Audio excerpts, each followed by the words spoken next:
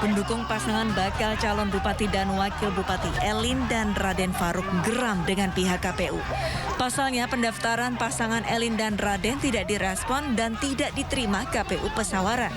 Padahal Partai Demokrat sudah mendaftarkan pada tanggal 10 Maret 2025 meski saat itu rekomendasi masih atas nama Elin Supriyanto. Kami selaku paslon akan melaporkan ini ke DKPP. Karena kami menganggap KPU ini kami duga kuat tidak menjalankan sesuai amar putusan MK. Karena di amar putusan MK itu amat sangat jelas. Yang pertama adalah MK sudah membatalkan SK penetapan calon pada Pilkada 2024. Maka secara otomatis bisa diartikan administratif itu sudah tidak berlaku. Sampai batas akhir, dan kami pun punya data dari buku tamu KPU yang kami foto, itu tidak ada pasangan Nanda Antoni melakukan registrasi ulang ataupun paling tidak minimal memperbaharui rekom partai. Balon Kada Partai Demokrat Raden Faruk meyakini peluang untuk kembali digugat ke MK sangat besar untuk menang. KPU Kabupaten Pesawaran dinilai seharusnya tidak terburu-buru melaksanakan tahapan PSU. Karena urgensi dari amar putusan MK adalah perbaikan dalam tahap administratif agar tidak mengulangi kesalahan yang sama.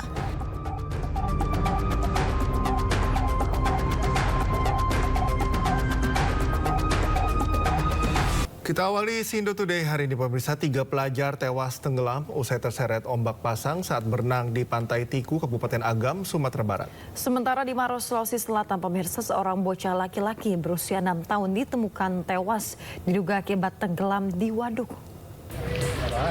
Awas, awas, tenang.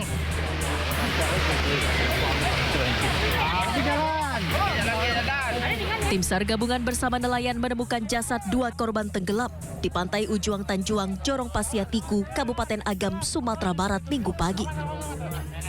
Kedua korban berjenis kelamin laki-laki merupakan pelajar yang sebelumnya dilaporkan hilang terseret ombak pasang saat berenang di laut pada Sabtu sore. Jasad keduanya ditemukan tidak jauh dari lokasi terseret arus sekitar 500 meter dari bibir pantai. Sebelumnya 1 korban meninggal dunia lainnya telah dievakuasi pada Sabtu sore. Korban atas nama Yordan Ramadan berhasil ditemukan dan langsung dievakuasi ke Puskesmas Tiku. Kemudian berselang beberapa menit korban atas nama Dani Afriandi juga berhasil ditemukan dan juga langsung dievakuasi ke Puskesmas Tiku. Dengan ditemukannya 2 korban ini maka operasi dinyatakan ditutup.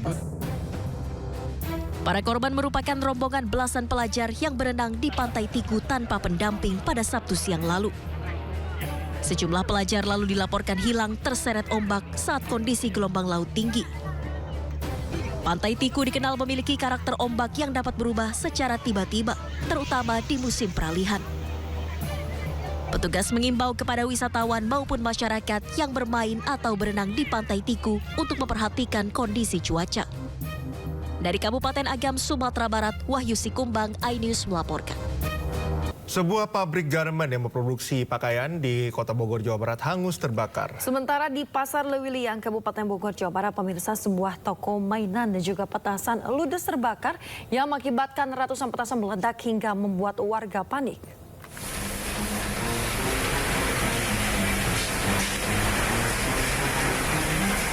Kobaran api membesar di area pabrik garmen di Kelurahan Bojongkerta, Kota Bogor yang memproduksi pakaian dan produk tekstil. Banyaknya bahan baku pakaian yang mudah terbakar membuat api cepat membesar. Petugas pemadam kebakaran sempat mengalami kesulitan menjinakkan si jago merah akibat kekurangan pasokan air. Api padam setelah 5 jam, 11 unit pemadam kebakaran dikerahkan. Dari gedung depan finishing. Apa itu bagian apa? Bagian packing. Oh, bagian packing ya. Ya mudah-mudahan akan segera selesai. Dan ini juga saya pikir membutuhkan waktu pendinginan yang cukup lama juga. Mengingat bahan-bahan yang mudah terbakar. Penyebab kebakaran diduga dari korsleting listrik. Tidak ada korban jiwa, namun kerugian mencapai miliaran rupiah. Dari Bogor, Jawa Barat, Andi Firmansyah melaporkan.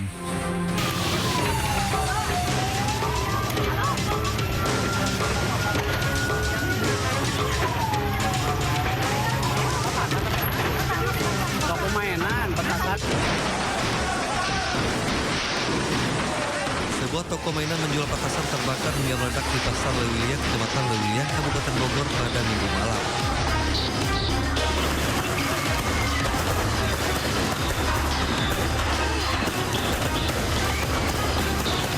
Ledakan petasan ini membuat warga panik dan khawatir menyebabkan kebakaran di permukiman warga. Kebakaran diduga akibat korsleting listrik di toko mainan tersebut. Sebanyak 3 unit mobil pemadam kebakaran dikerahkan untuk memadamkan api. Proses pemadaman sempat terkendala banyaknya petasan dan bahan yang mudah terbakar.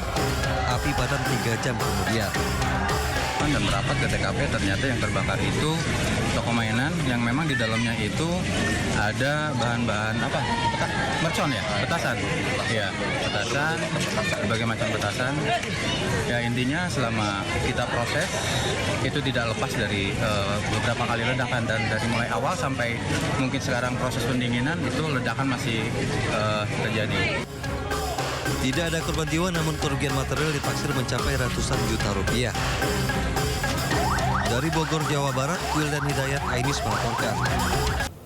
Kita beralih ke informasi lainnya, pemirsa. Tim gabungan Satgas Operasi Damai Kartens 2025 bersama Polres Yahukimo dan TNI terus melakukan proses evakuasi dan identifikasi terhadap korban kebrutalan kelompok kriminal bersenjata di Papua.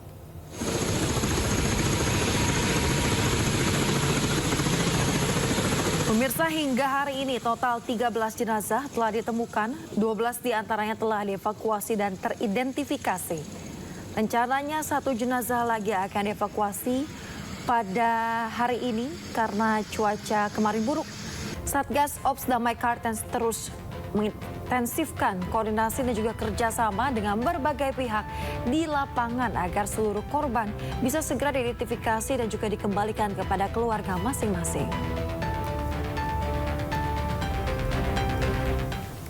Pemirsa, Kepala Pusat Penerangan TNI, Brigjen TNI Christo Meisianturi mengatakan tindakan kelompok kriminal bersenjata Papua yang membunuh sejumlah warga sipil penambang emas di Yahukimo, Papua Pegunungan 8 April lalu adalah pelanggaran berat hak asasi manusia dan juga kejahatan kemanusiaan.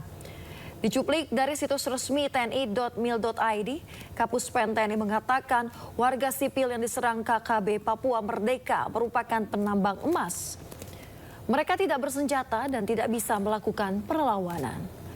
Kapuspen TNI sekaligus membantah berita tidak benar yang sengaja dihembuskan KKB Papua bahwa yang diserangnya adalah anggota TNI yang menyamar. Kemudian menjawab pertanyaan dari Mbak Putu, jadi gini, propaganda atau istilahnya tipu muslihat itu sudah setiap kali sering disampaikan oleh KKB. Seperti yang kemarin misalnya dia bilang bahwa saya bisa mau bilang bahwa harus ada pengosongan karena kita sudah akan perang bla bla bla gitu. Itu sifatnya intimidasi kepada masyarakat sehingga masyarakat ragu untuk kerja, ragu untuk beraktivitas, tidak mau ke kebun dan sebagainya. Gitu ya. Termasuk yang 11 orang ini diklaim sebagai tentara. Tentara itu tercatat namanya, terregister namanya. Hari ini tidak ada satupun prajurit TNI atau Polri yang gugur di sana. Artinya apa? Artinya itulah hoax yang disampaikan oleh pihak KKB supaya dia lepas dari tuntutan hak asasi manusia bahwa dia melakukan kekejian, kebiadaban dengan membunuh masyarakat yang bercoba jadi berulang. Nah, gitu ya. Jadi itu yang ada kali dilakukan oleh pihak KKB selama ini gitu. Dia berharap bahwa itu militer. Kenapa dia bilang itu militer? Supaya dia terlepas dari tuduhan bahwa dia sebagai pelanggar hak asasi manusia. Makanya dia sampai itu paling gampang itu tentara katanya. Itu sama kejadiannya dengan penganiayaan ada pembunuhan terhadap guru dan nakes yang lalu. Dia bilang kan gitu kan, wah itu tentara, intel TNI lah. Faktanya apa? Memang dia guru, memang dia nakes gitu ya. Tapi dibilang bahwa itu adalah tentara. Nah itu supaya dia tidak dituduh dunia internasional bahwa dia adalah pelanggar hak asasi manusia. Itu Mbak Putu. Pemirsa, tindak pidana pelecehan seksual yang dilakukan dokter PPDS Unpad kepada keluarga pasien yakni FH 21 tahun dikecam keras oleh tim kuasa hukum korban. Tindakan kejahatan kekerasan seksual oleh dokter PPDS Unpad kepada korban dikecam keras tim kuasa hukum.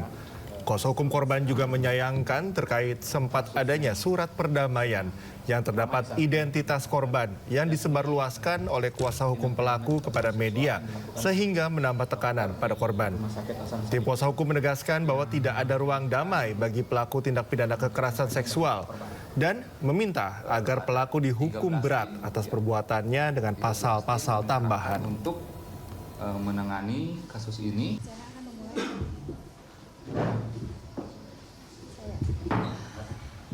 kejahatan tindak pidana kekerasan seksual ini ialah tergolong extraordinary crime, kejahatan yang sangat luar biasa yang berdampak luas terhadap masyarakat. Tentunya kami tegaskan dari Jabar Bantuan Hukum tidak ada lagi ruang bagi pelaku tindak pidana kekerasan seksual.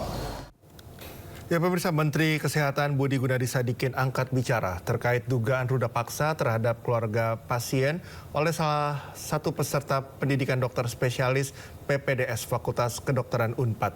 Ia menegaskan pihaknya tidak akan mentoleransi kekerasan seksual dalam bentuk apapun. Ada sesuatu yang fundamental mesti dirapihkan lah, diperbaiki di pendidikan kedokteran, terutama juga untuk di pendidikan spesialis. Tapi apa yang sudah Kemenkes lakukan ke depannya untuk terus memperbaiki budaya pendidikan dokter spesialis yang ada sekarang. Kita rasa memang harus secara serius diperbaiki. Nah, pendidikan itu kan harus ada sistem, tapi harus aja juga mekanisme reward and punishment supaya ada efek jerahnya. Jadi sudah kita lakukan, pertama kita mereview dulu, kita freeze dulu ini anestesi, karena kejadian di Semarang juga anestesi itu yang sampai bunuh diri kan. Jadi ada apa ini dengan pendidikan spesialis anestesi ini, kok kejadian terus. Jadi kita review dulu, 1 bulan kita freeze dulu, kita mau lihat apa yang harus diperbaiki dengan Fakultas Kedokteran Unpad dan juga Rumah Sakit Hasan Sadikin agar kedepannya sistemnya berjalan dengan baik dan benar sehingga nggak terjadi lagi kayak gini, karena masyarakat akan sangat dirugikan. Masyarakat akan sangat dirugikan. Jadi kita akan freeze dulu ini 1 bulan sambil kita melihat kita mau memperbaiki apa.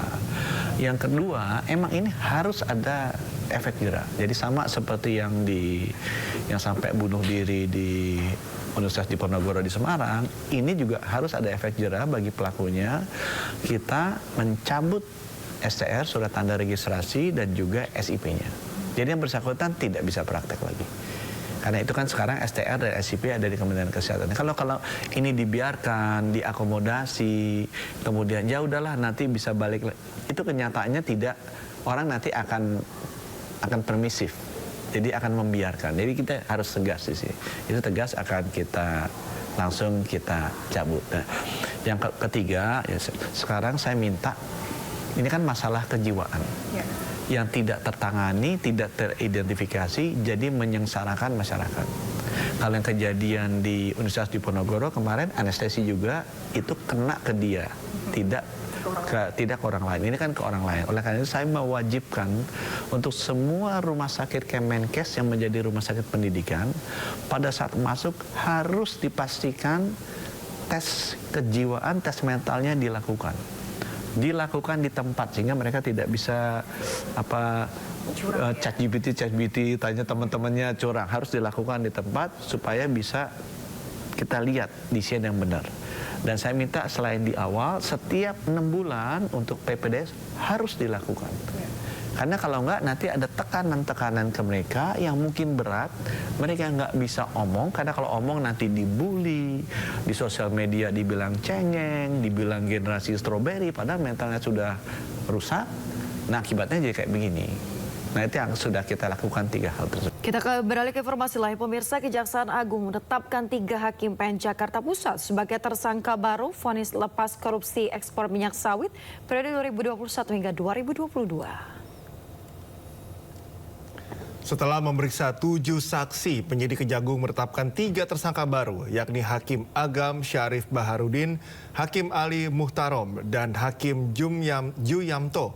Ketiga tersangka merupakan majelis hakim yang memberikan vonis lepas atau onslah terhadap 3 terdakwa korporat, yakni Wilmar Group, Musimas Group, dan Permata Hijau Group.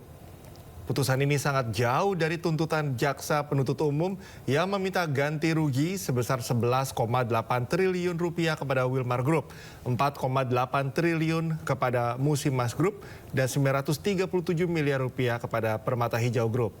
Ketiga hakim ini menerima 22,5 miliar rupiah dari Muhammad Arif Nuryanta, Ketua Pengadilan Negeri Jakarta Selatan, yang saat kejadian tersangka menjabat sebagai Wakil Ketua Pengadilan Negeri Jakarta Pusat. Sedangkan Arif Nuryanta menerima 60 miliar rupiah dari pengacara perusahaan sawit Marcella. Para tersangka dijerat Undang-Undang Tipikor dan ditahan selama 20 hari ke depan di Rutan Salemba. Penyidik melakukan pemeriksaan terhadap beberapa orang, antara lain DJU, Hakim pada Pengadilan Negeri Jakarta Pusat, kemudian ASB, Hakim pada Pengadilan Negeri Jakarta Pusat, kemudian AL, yang bersangkutan adalah Hakim ad hoc pada Pengadilan Negeri Jakarta Pusat, dan beberapa saksi yaitu DAK, saksi LK, kemudian ada lagi saksi AH, saksi TH, yang dua orang terakhir ini adalah karyawan pada kantor pengacara MS atau Marcella. Adapun hasil dari pemeriksaan para saksi diperoleh fakta sebagai berikut. Bermula adanya kesepakatan antara Arianto Bakri selaku pengacara tersangka Korporasi Minyak Goreng dengan Wahyu Gunawan, seorang panitera, untuk mengurus perkara korupsi Korporasi Minyak Goreng dengan permintaan agar perkara tersebut diputus konslah dengan menyiapkan uang sebesar 20 miliar rupiah.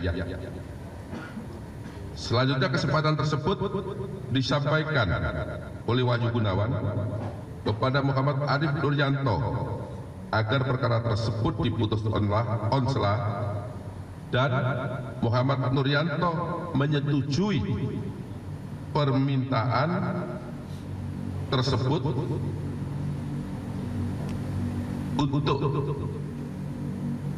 diputus onslah, namun dengan meminta uang 20 miliar rupiah tersebut dikalikan 3 sehingga totalnya 60 miliar rupiah. Kejaksaan Agung menyita sejumlah uang hingga kendaraan mewah dalam kasus dugaan korupsi minyak sawit mentah. Kendaraan yang disita mulai dari 7 motor mewah dengan merek Harley Davidson, BMW hingga Triumph, 7 sepeda mewah, hingga 3 mobil mewah seperti Land Rover dan juga Toyota Land Cruiser. Kapus Penkum Kejagung Harley Siregar mengatakan puluhan kendaraan mewah ini akan disimpan di gedung Kejagung terlebih dahulu sebelum nantinya diproses secara hukum. Barang bukti ini disita Kejagung dalam penggeledahan di sejumlah lokasi yang digelar di Jakarta pada Jumat 11 April lalu. Selain minta kendaraan mewah, Kejagung juga minta uang yang terdiri dari mata uang rupiah dan juga mata uang asing.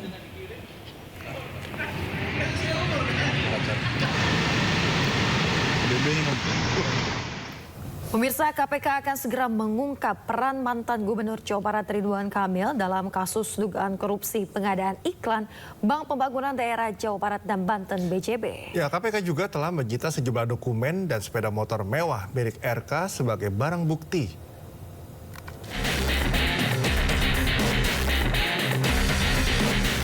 Komisi Pemberantasan Korupsi mengungkap akan segera memanggil mantan Gubernur Jawa Barat Ridwan Kamil terkait dugaan korupsi pengadaan iklan Bank Pembangunan Daerah Jawa Barat dan Banten atau BJB. Namun sebelum memeriksa Ridwan Kamil, penyidik KPK akan memeriksa sejumlah saksi terlebih dahulu. KPK juga membeberkan sejumlah bukti yang didapat saat menggeledah rumah RK di Bandung, Jawa Barat Maret lalu. Di antaranya beberapa dokumen dan bukti elektronik serta sepeda motor mewah milik RK. Untuk pemanggilan kita masih ke pemanggilan saksi-saksi lain. Saya kayaknya di awal minggu ini sudah tanda tangan untuk pemanggilannya. Nah, apakah nanti lihat dipanggil, kalau nggak salah dipanggil ke sini, kalau nggak salah ya dipanggil ke sini, nanti ditungguin saja ya yang hadir. Nah, karena kita juga perlu informasi yang lengkap dulu terhadap peran-peran dari Pak mantan gubernur ini, gitu. Karena ini ada perannya bukan di depan nih. Di perannya ada di belakang, sehingga kita perlu informasi yang banyak dulu dari para saksi ya, sehingga nanti setelah kita memperoleh informasi yang cukup, tentu kita akan untuk BBA apa yang disita ada barang bukti elektronik, kemudian juga barang bukti yang lainnya, ada kendaraan dan yang lainnya. Salah satunya itu. Kalau nggak salah itu, saya nggak hafal lah, pokoknya motor lah, saya nggak hafal merek itu. Dalam kasus ini, KPK telah menetapkan 5 tersangka, di antaranya mantan petinggi BJB dan beberapa pihak swasta. Hingga kini, kelimanya belum ditahan. Namun, Ditjen Imigrasi telah mencegah para tersangka agar tidak bepergian ke luar negeri. Adapun kasus ini diduga menimbulkan kerugian negara hingga 222 miliar rupiah. Sementara itu, RK menyebut siap mendukung proses hukum yang dijalankan KPK. Dari Jakarta, Helmi Sajangbati, iNews melaporkan. Pemirsa, hari ini Uskup Agung Jakarta, Kardinal Ignatius Suharyo rencananya akan menjenguk Sekjen PDI Perjuangan, Hasto Kristianto di Rutan KPK Jakarta. Agenda ini disampaikan Suharyo pada Jumat kemarin. Menurut Kardinal Suharyo, kunjungan dilakukan dalam rangka pelayanan yang merupakan salah satu tugasnya sebagai uskup. Suharyo menambahkan jika rutan KPK yang berada di kawasan Kuningan Jakarta masuk dalam wilayah pelayanannya yang mencakup Jakarta dan Tangerang. Sebelumnya, Majelis Hakim Tipikor menolak nota keberatan atau eksepsi Hasto dalam persidangan yang digelar pada Jumat 11 April.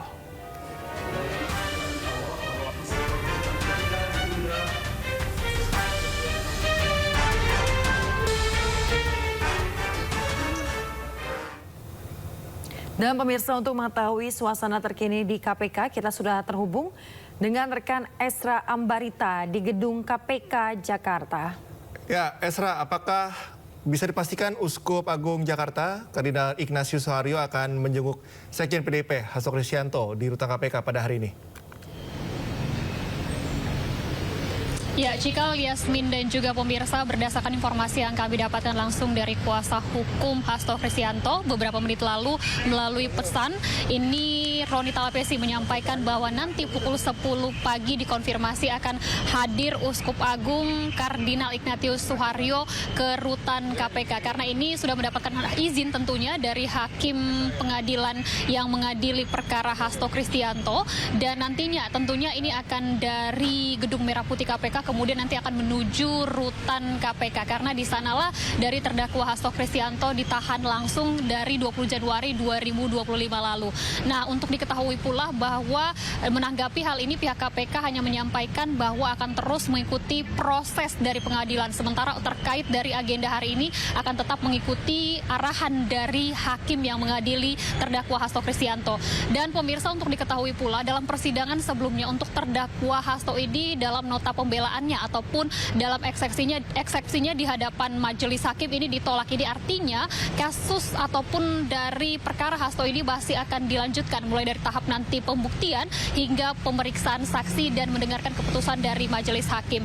Karena untuk diketahui pula bahwa Hasto ini merupakan terdakwa yang dalam kasus Harun Masiku atau pergantian antar waktu yang berkaitan dengan nama Harun Masiku pada tahun 2011 hingga 2015. 2024. Dalam dakwaannya, jaksa KPK menyampaikan bahwa dari Hasto ini telah melakukan suap kepada ex-komisioner KPU yakni Wahyu Setiawan dengan besaran uang kurang lebih 600 juta. Kemudian ia juga melakukan atau memuluskan sejumlah usaha untuk membuat dari nama Harun Masiku menempati nama di Senayan. Yang kala itu bukanlah harus nama dari Harun Masiku, melainkan nama yang paling atas yakni Rizky Aprilia. Nah, tentunya pemirsa, kita akan melihat seperti apa nanti bagaimana kedatangan dari Uskup Kardinal karena sampai saat ini belum ada tanda-tanda kedatangannya. Kembali ke Anda, Yasmin dan juga Cikal. Baik, Esra, kita nantikan nanti perkembangan lebihnya itu kedatangan dari Uskup Kardinal Inaxius Suharyo ke KPK. Terima kasih atas laporan Anda. Selamat bertugas kembali. Dari informasi selanjutnya, pemirsa, model Lisa Mariana yang mengaku mempunyai anak dari mantan Gubernur Jawa Barat Ridwan Kamil muncul ke publik. Lisa mengklaim berpacaran dengan RK dan mengaku sempat diberi sejumlah uang oleh RK untuk menggugurkan kandungannya.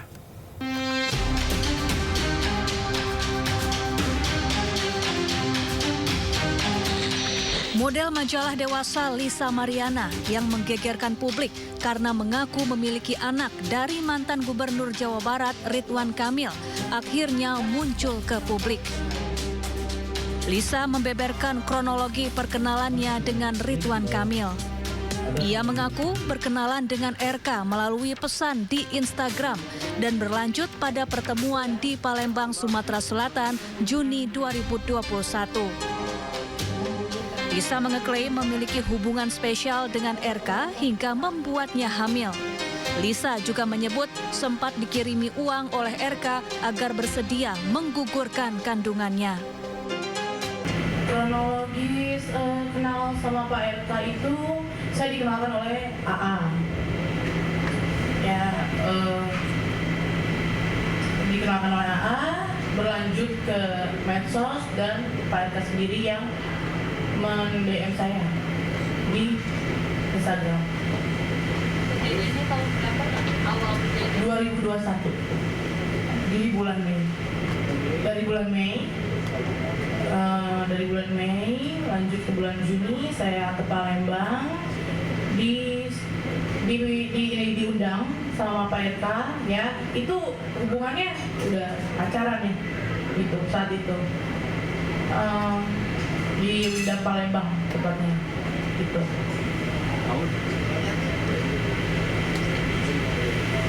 Komunikasi selanjutnya itu berlanjut di Telegram ya intens layaknya orang pacaran gitu.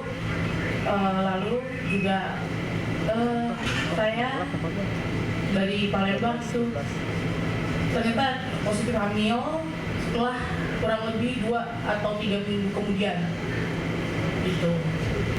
Iya, saya menelpon Pak RK, saya bilang saya lagi hamil dan beliau menyuruh saya menggugurkan kandungan saya dengan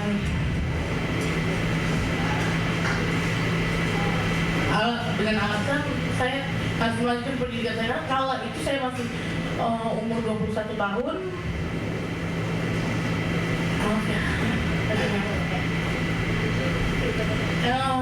Dan dia mengirimkan sejumlah uang.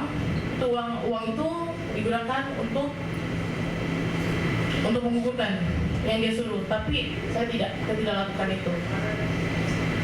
Saya pakai uang itu untuk bertahan hidup karena saya tidak bisa kerja karena badan sudah hamil. Gitu.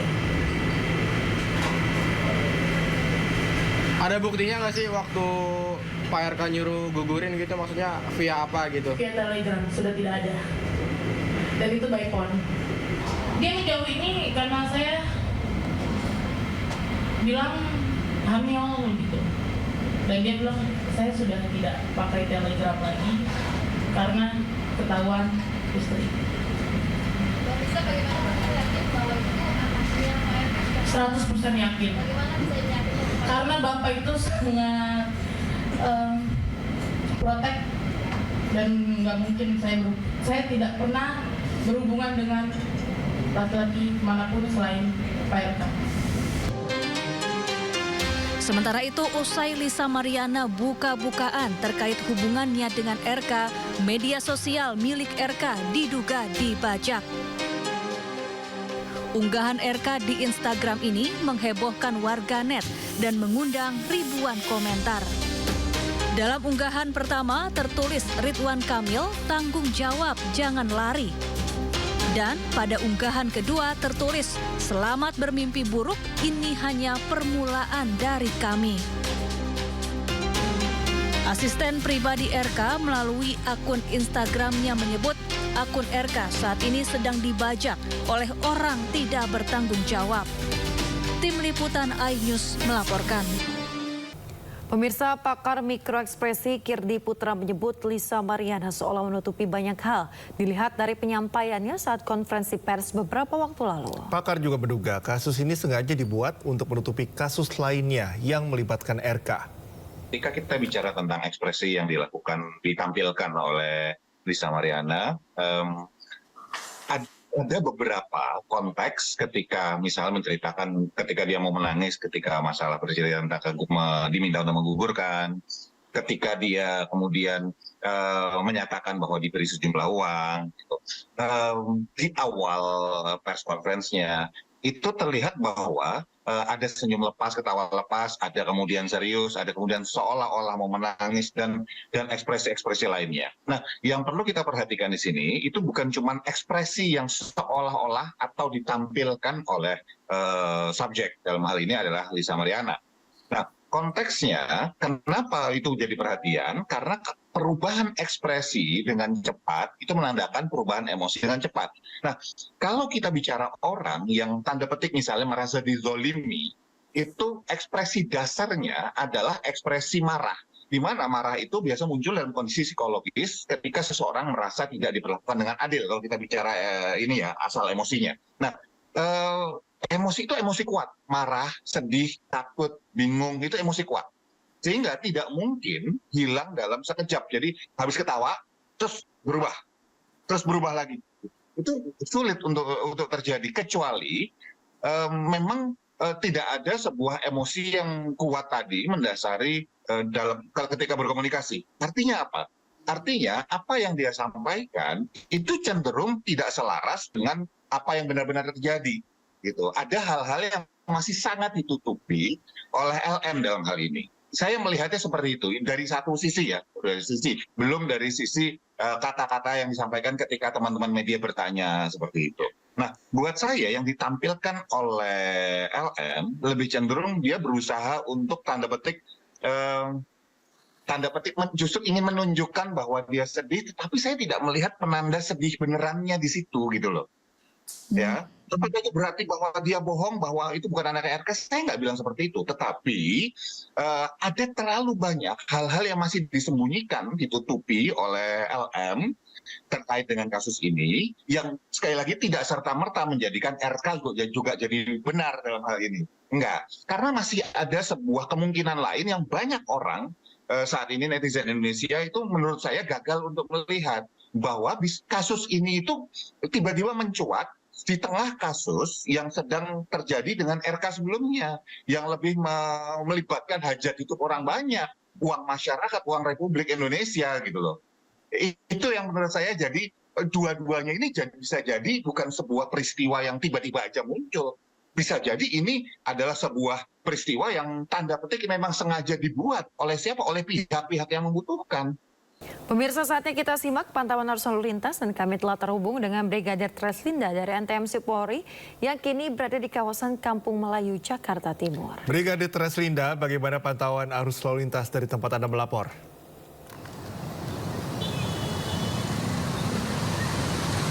Ya baik, terima kasih Cikal dan juga Yasmin di studio.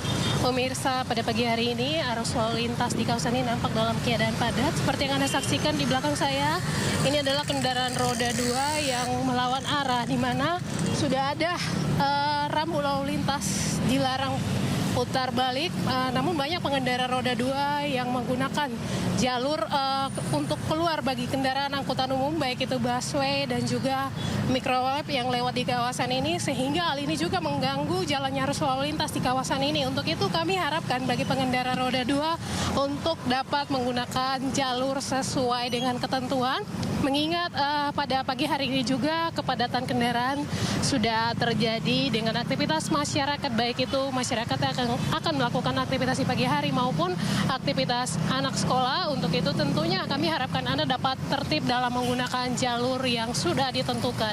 Kemudian pada pagi hari ini arus lalu lintas dari arah Cawang yang akan mengarah ke arah Salemba dalam keadaan ramai cenderung tersendat, di mana kecepatan kendaraan ini dapat dipacu dengan kecepatan 30 km per jam.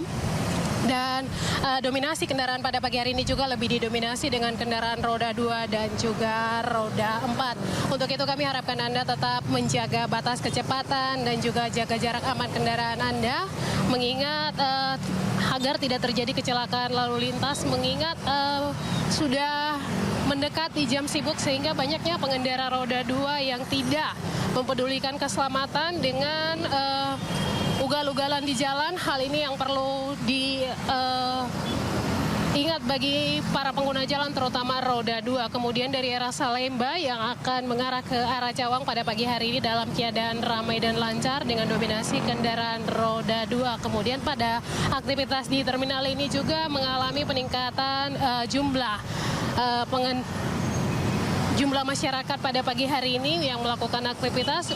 Tentunya kami harapkan Anda tetap mengutamakan keselamatan dengan berhati-hati dengan aktivitas masyarakat yang berlalu lalang di kawasan ini.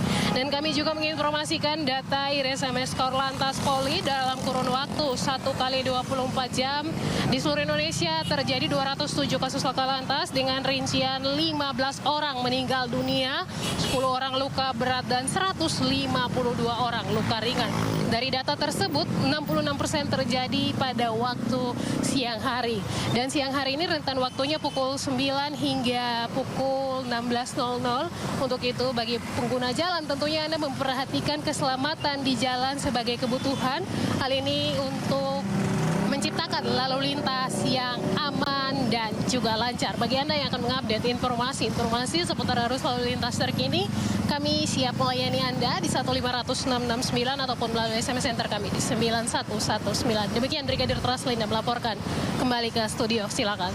Baik, terima kasih Brigadir Traslinda atas laporannya dari kawasan Kampung Melayu. Selamat bertugas kembali dan salam presisi. Pemirsa, kehadiran Presiden Prabowo Subianto di Kerajaan Yordania Hashimiyah disambut dengan penuh kehormatan dan juga persahabatan. Tiba di Bandar Udara Militer Marka Aman, Prabowo langsung disambut hangat oleh Raja Yordania Abdullah II bin Al-Hussein.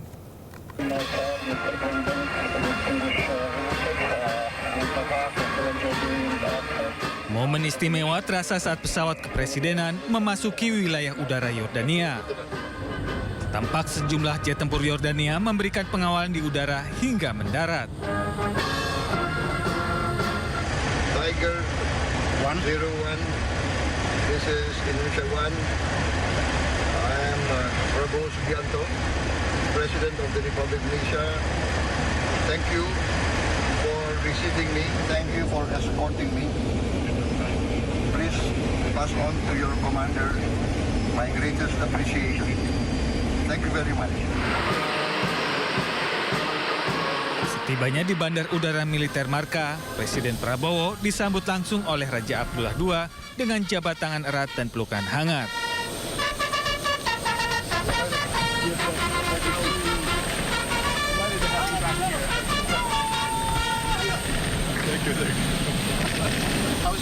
Lagu kebangsaan Indonesia Raya dan lagu kebangsaan Yordania dikumandangkan dengan hikmat yang dilanjutkan dengan dentuman meriam sebanyak 21 kali.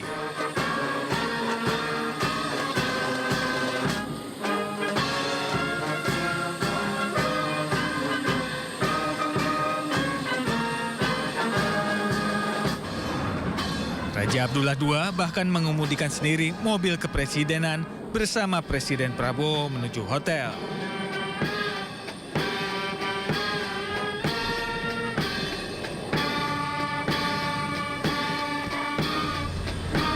Setibanya di hotel, Prabowo disambut sejumlah WNI dan mahasiswa yang tengah menempuh studi di Yordania.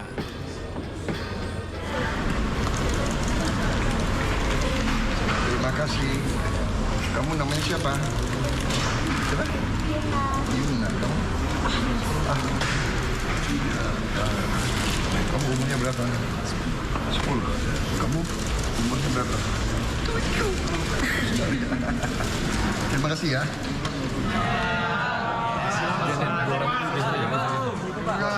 Pak, dari Ampi Jordan, Bapak. Aduh, banyak sekali. Ya, saat ini kami kedatangan presiden orang nomor 1 di Indonesia. Pastinya kita warga Indonesia yang sedang berada di luar negeri ya sangat antusias, excited. Makanya kami mengunjungi. Alhamdulillah kami bisa melihat secara langsung presiden Indonesia. Berapa tahun sudah di sini? Kunjungan resmi ini tidak hanya mempererat hubungan diplomatik antara Indonesia dan Yordania, namun juga menjadi simbol kuat persahabatan antar pemimpin. Kita ke informasi berikutnya, pemirsa. Presiden Prabowo Subianto melanjutkan lawatannya ke Doha, Qatar usai melakukan kunjungan ke Mesir. Presiden Republik Arab Mesir Abdel Fattah el-Sisi mengatakan Prabowo ke Bandar Udara Internasional Kairo.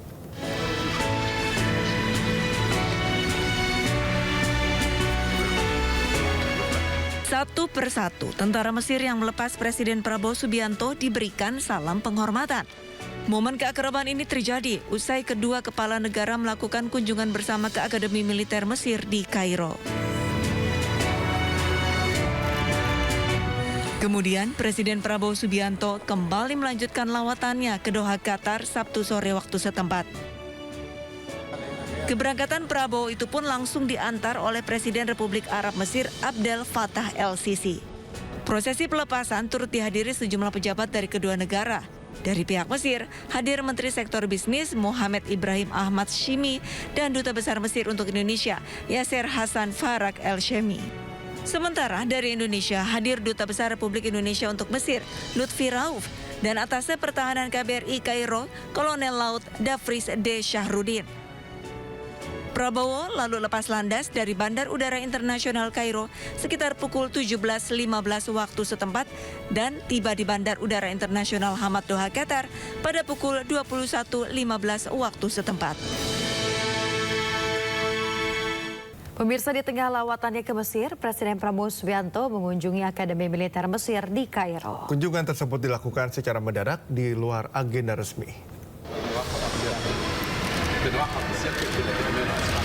Presiden Prabowo Subianto dan Presiden Mesir Abdel Fattah el-Sisi melakukan kunjungan mendadak ke Akademi Militer Mesir di Kairo.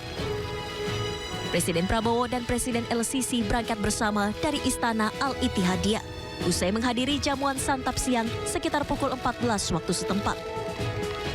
Usai menempuh perjalanan sekitar 40 menit, keduanya tiba di kompleks Akademi Militer Mesir dan disambut langsung oleh Kepala Akademi, Letnan Jenderal Ashraf Salim Zahir.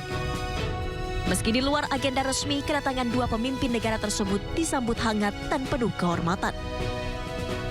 Presiden Prabowo dan Presiden el-Sisi terlebih dahulu meninjau beberapa ruangan di gedung utama Akmil, yang dilanjutkan dengan beberapa pertemuan terbatas. Kunjungan kemudian dilanjutkan dengan peninjauan menyeluruh ke berbagai fasilitas di lingkungan Akmil, mulai dari stadion, masjid, hingga arena pacuan kuda, yang menjadi bagian dari sarana latihan di Akademi Militer Mesir. Kedekatan Presiden Prabowo Subianto dan Presiden el-Sisi dalam kunjungan ini menjadi simbol penguatan kerjasama strategis di bidang pertahanan dan pendidikan militer antara Indonesia dan Mesir. Kunjungan ini juga diharapkan dapat mempererat persahabatan kedua negara di tengah tantangan global yang terus berkembang. Kembali di Sindo Today, pemirsa, Yasmin udah ikutan beli emas? Kebetulan belum. Oh, belum. Iya, masih Jadi, belum tertarik. ada niat? Ada niat sih pasti, cuma kayak buat hal lain dulu deh. Kayaknya. Oh, buat yang ini ya, buat di jari manis Jari atau? Ya dong ya. Belum ya, doain aja kalau itu ya. Antara ini masih rancu ya, antara investasi ekonomi atau investasi hati gitu ya? Aduh, berat ya kalau Berat urusan ya. hati. Tapi ini juga lagi heboh ya, dan juga pemirsa, ini di tengah situasi ekonomi yang tidak menentu ini, harga emas, utamanya logam mulia, kian menanjak naik. Iya, dan ini juga membuat membuat warga ini nyerbu butik-butik yang menjual logam mulia ya, karena mereka juga antri membeli logam mulia karena harganya yang sedang naik.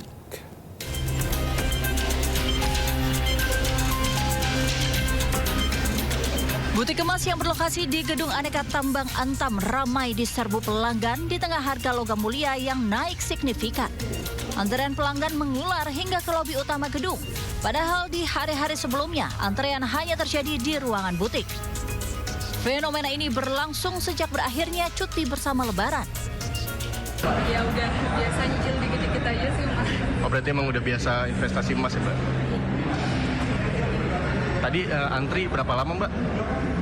Saya cuma pengambilan, ya udah pembeliannya kan online, jadi cuma nggak sampai sejam sih. Nggak sampai sejam. Nah, suku bunga atau inflasi ya, tapi kalau emas sih alhamdulillah sejauh ini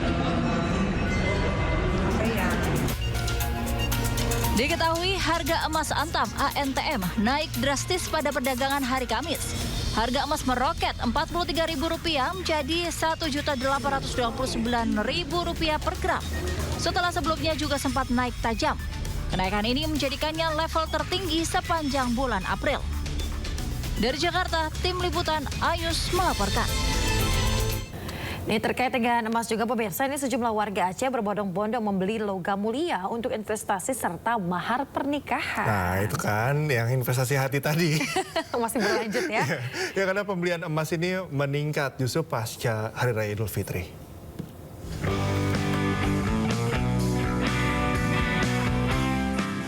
Pasca Lebaran, harga jual emas murni terus mengalami lonjakan yang sangat signifikan. Pada 12 April 2025, emas murni dijual dengan harga Rp1.672.000 per gram. Meski lonjakan harga sangat tinggi, namun warga di Banda Aceh tetap ramai membeli emas murni. Mereka mengatakan pembelian ini untuk investasi dan juga sebagai mahar pernikahan. Meningkat, Bang. Jadi kan ini untuk investasi, anak lajang juga ada 2. Ini pernah tahu nanti pas kawin anak lajang ada 10 juta, kita simpan dari sekarang. Oke, ini arti persiapan untuk mahar juga ya, Pak? Mahar juga, investasi mana nanti ada keperluan mendadak kan. Kan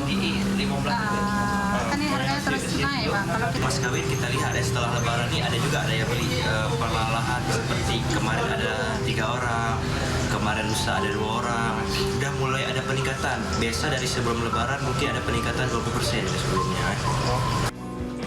Daya beli logam mulia di Aceh pasca Lebaran meningkat 20% jika dibandingkan dengan sebelum Lebaran. Sementara untuk emas Antam per 12 April dijual dengan harga Rp1.925.000 per gramnya. Dan ke depan, pedagang memprediksi harga emas akan terus melonjak.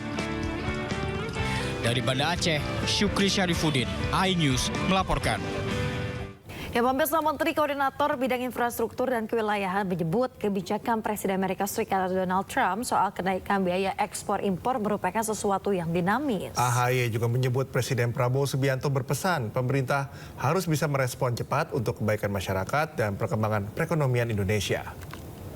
Ya, tentu Bapak Presiden Prabowo Subianto juga menginginkan kita bisa menempuh resolusi, termasuk juga bisa merespon situasi ini juga dengan tepat dan bijak. Saya rasa kita ingin itu yang terbaik untuk masyarakat kita. Impor, ekspor itu adalah sesuatu yang dinamis. Dalam suasana yang resiprokal saat ini, saya rasa Indonesia juga harus punya posisi yang tepat.